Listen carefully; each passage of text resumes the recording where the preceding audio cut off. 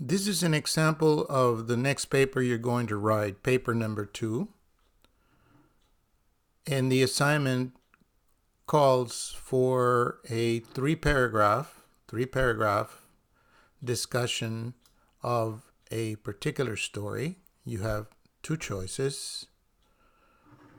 And in this paper, the student decided to do an analysis of point of view,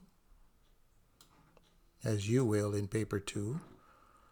And the story is The Story of an Hour by Kate Chopin. You begin the paper as you did paper number 1. First of all, by identifying it carefully. Make sure that you have the section number. Make sure that you have a title. And you do the summary, 3 or 4 main events in the story. And then you add your central idea at the end. We will be doing this for several papers. I think that this paper is effective. I've read the story and it seems to cover the main events in the story. It begins with a woman going through the stages of grief for her husband's death, who seemingly dies, stay in the present, in a train wreck. After she hears about it, experiencing an epiphany alone in her room, the character, Louise Mallard, feels an awakening of a new life. She feels free. This new life is cut short as the information that led her to believe this news that her husband died turns out to be false, and she dies of a joy that kills. That's a pretty good summary of the story. The central idea: the student believes that the writer reveals that even the desire of love, right, is trumped by the need for freedom and independence. That's reasonable, although you could have 2 or 3 different central ideas for this story. The next paragraph, look at the instructions carefully, will not only identify the point of view, but also tell us the different reasons why that point of view is, in this case, omniscient third person. So you have a commitment to a point of view and then the support. The instructions will tell you that you should support it with maybe 2 or 3 examples. So why is the point of view in The Story of an Hour omniscient third person? Because it doesn't say limited omniscient third person. I will assume that the writer feels, or the student thinks, that it's totally omniscient third person, which means it must enter the minds of at least 2 people, the narrator.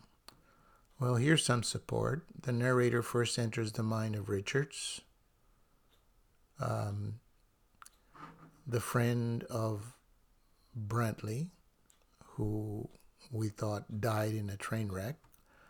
And we understand that Richards is thinking that he should tell Mrs. Mallard, I think this is Mallard, I think it's probably doesn't have an S, to tell Mrs. Mallard personally to avoid her hearing it from a less tender source. There's an example of the narrator penetrating the thoughts of Richard. Secondly, this student tells us that the entire story seems to be going into the mind of Mrs. Mallard, the protagonist. We know even her intimate thoughts. For example, when the narrator says she was beginning to recognize this thing that was approaching to possess her. Well, we can't see that objectively. So we must have been looking into the thoughts of Mrs. Mallard. Thirdly, the narrator controls everything we see or hear, as if we're sitting silently in the house as a guest. And then there is a support, a quote here. So the narrator tells us someone was opening the door with a latchkey. It was Mr. Mallard, who hadn't died. And we, the readers, got to see him before anybody else in the house. Okay? So I think this is plenty of support on why this story was using the totally omniscient third-person point of view. You will have to support that if it's first person or if it's even second person, if it's omniscient, limited omniscient, or objective. Once you set your direction here, you will need to support it here. Now, the more analytical paragraph, right, is the concluding paragraph of your second paper. In this, you will have to tell us why the use of this point of view is effective or not effective in this story, or how it reinforces or supports the central idea. Can you take an opposite view and say that it fails at doing that? I think you can. Just be very clear on why you think this particular point of view is not effective, but then you need to tell me then which point of view would have been more effective. So let's see how this supports it. The use of omniscient third-person narrator enables the author to tell a complete story that is not limited to the protagonist's point of view. Why is that important?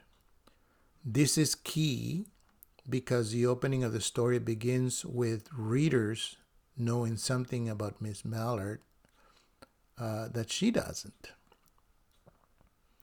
And also because the story ends after Miss Mallard has already died. Obviously, that'll tell you that this could not have been written in the first person from her point of view, because there would be no one to end the story. So that's one reason why the omniscient third-person narrator is effective in this story. Okay? Now, also, the use of third-person omniscient narrative voice keeps Mrs. Mallard more sympathetic and understandable. We get to see her in an objective way. And so the narrator is sort of enlisting our sympathy and understanding of this character. And even if she does something that would have been inappropriate, and that is feeling free and happy after your husband died, we tend to understand why she did that. It's very clear to know that there is no evidence that this man was evil or that would mistreat or beat her. This is a normal marriage for this time, for this turn of the century setting. But still, through the non-participant third-person narrator, the reader is allowed to determine that maybe our protagonist is right. Maybe freedom and independence can overpower love. Maybe all intimate relationships provide some sort of shackles. This is a very thoughtful paper. I will be grading it. Make sure you turn your paper in on the stories that I have indicated in the instructions. Follow these examples, these 3 paragraphs as noted here. And I will grade it and return it, and then we'll go on to paper number 3. Remember, these papers are graded using mastery learning, and that is that either you did everything as expected and therefore the paper is accepted, or if it's not, then I will tell you what you need to do until it gets accepted. But keep in mind that I cannot read the next paper until the previous paper is accepted. Send it to me.